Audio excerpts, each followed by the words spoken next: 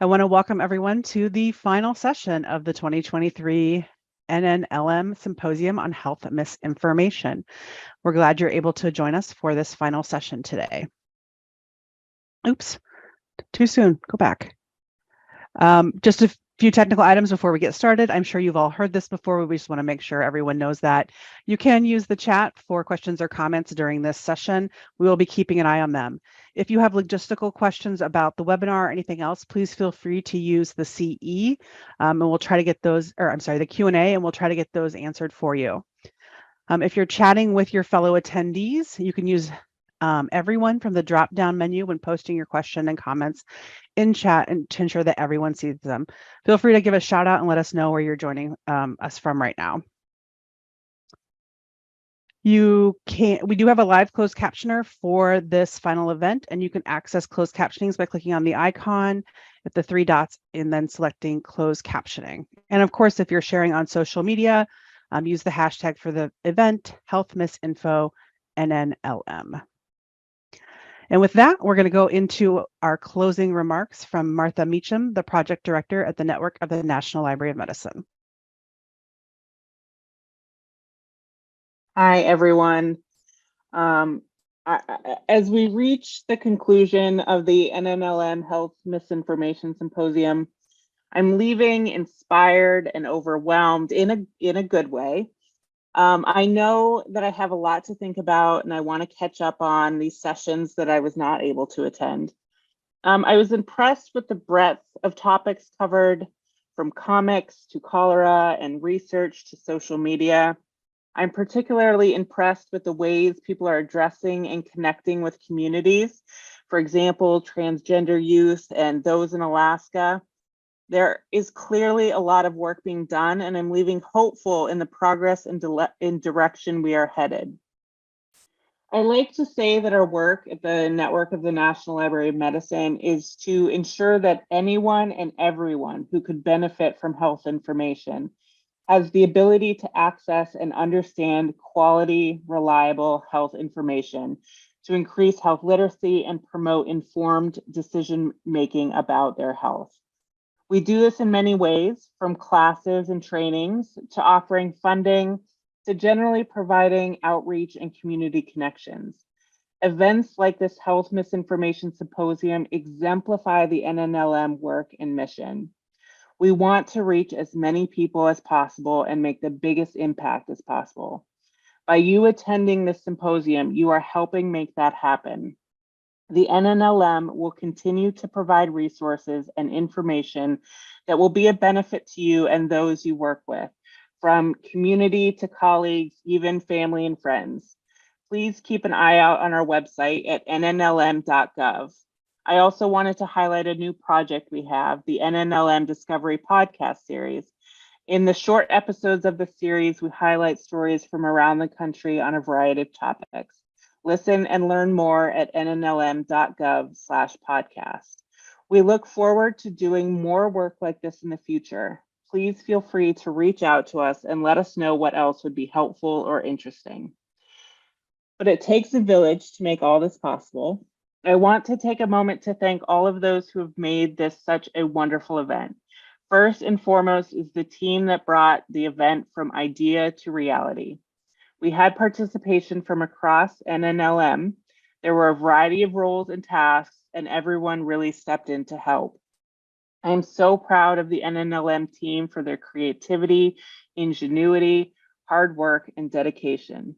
While we had many people helping on the details, I want to especially give a shout out to the following people who were part of the planning team. Tiffany Chavez from Region 1, Elizabeth Ross from Region 2, Margie Shepard from Region 3, Carolyn Martin from Region 5, Miles Diaz-Castell from Region 6, Sean Corning from Region 7, Veronica Milliner from the NNLM All of Us Program Center, and Javier Crespo from the National Public Health Coordination Office.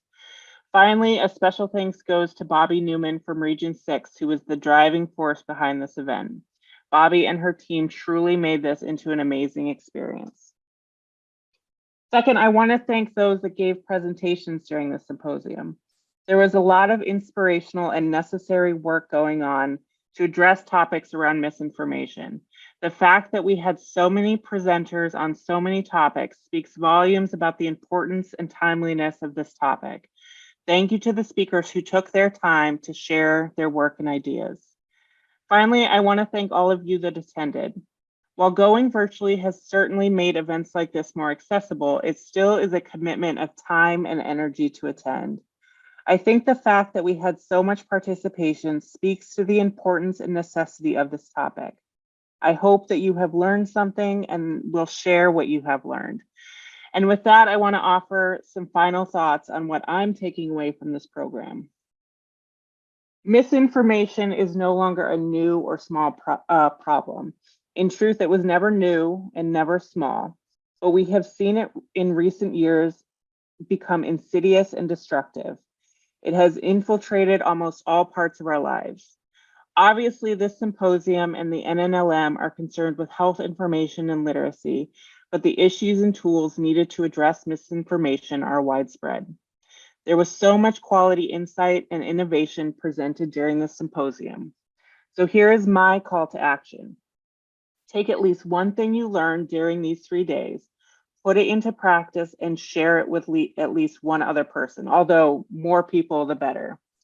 And let's especially focus on those that may not have had a chance to attend or may be less aware of this information.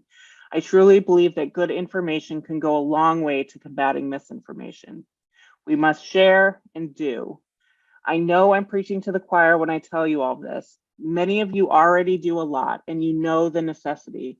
But the amazing thing about this symposium, the thing that I'm taking away, has been the sheer number of ideas and practical options that have been presented. I'm so grateful for what I've learned during this symposium, and now I want to implement. Of course, we have much more to learn and understand, so keep learning, sharing, and doing. We have a lot to work to do, so thank you for making this Health Information Symposium part of your process. We hope to keep the conversation going, so please feel free to reach out to anyone at the NNLM to learn more. And with that, I will turn it back over to Bobby Newman with some last details, but thank you so much again and have a wonderful rest of your day.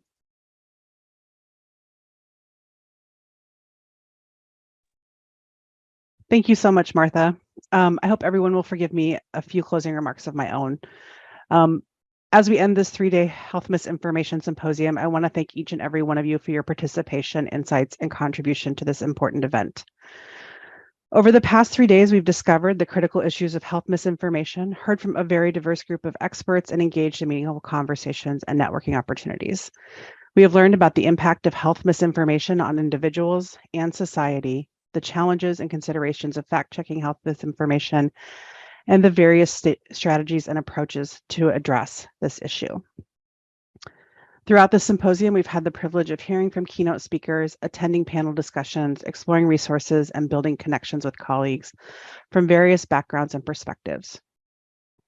We are committed to promoting accurate health information and empowering individuals to make informed decisions about their health. As Martha said, as we conclude this symposium, I want to encourage all of us to continue this critical work in our communities and beyond.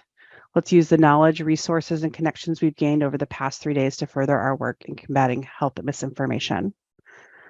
I also want to acknowledge the complicated and often frustrating nature of combating health misinformation. It is an ongoing struggle and it requires collaboration, determination, and patience. However, I am heartened by the dedication and the passion of everyone who's participated in this symposium, both as presenters and attendees. It is clear that we are all committed to promoting accurate health information and empowering individuals to make informed decisions about their health. As we wrap up, I want to encourage all of us to continue to learn, collaborate, and take action, and we can use the knowledge and connections we've gained to further our work. Let us remain optimistic and positive about the impact we can make together. Finally, I want to express my sincere gratitude to the attendees, presenters, and especially the network of the National Library of Medicine team who helped to make this symposium possible and make a positive impact on the health and well-being of individuals and communities.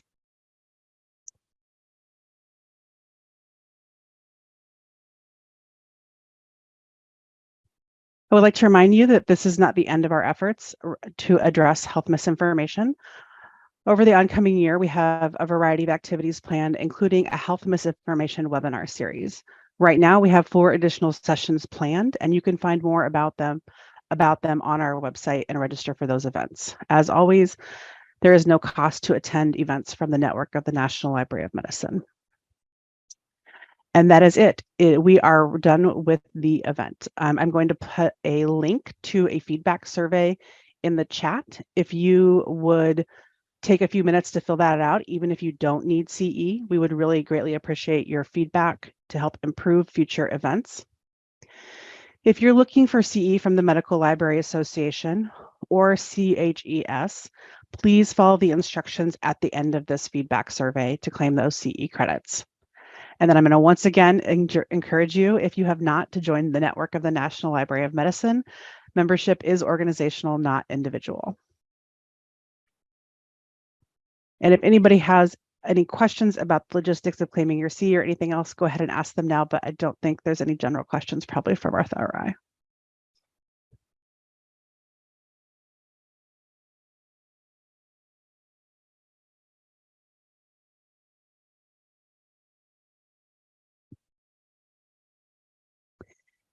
So if you don't grab the link from the chat, you'll also get an email encouraging you to take that survey in the next couple of days from our hosts at VFair. So be looking for that email if you missed it.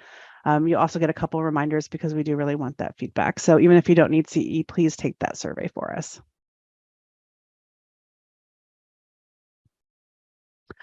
All right. Thank you everyone for your time and attention for the last 3 days, and have a great weekend.